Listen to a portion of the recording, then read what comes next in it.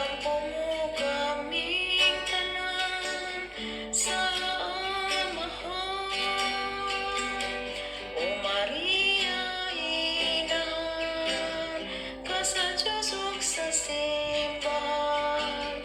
Igampo mo kaming tanan sa amahan. Naabli ang templo sa Diyos dito sa langit. Unang pagkita ang usa ka babae nagibistihan siya sa adlaw ug sa iyang tiilan ana ang bulan sa 12 ka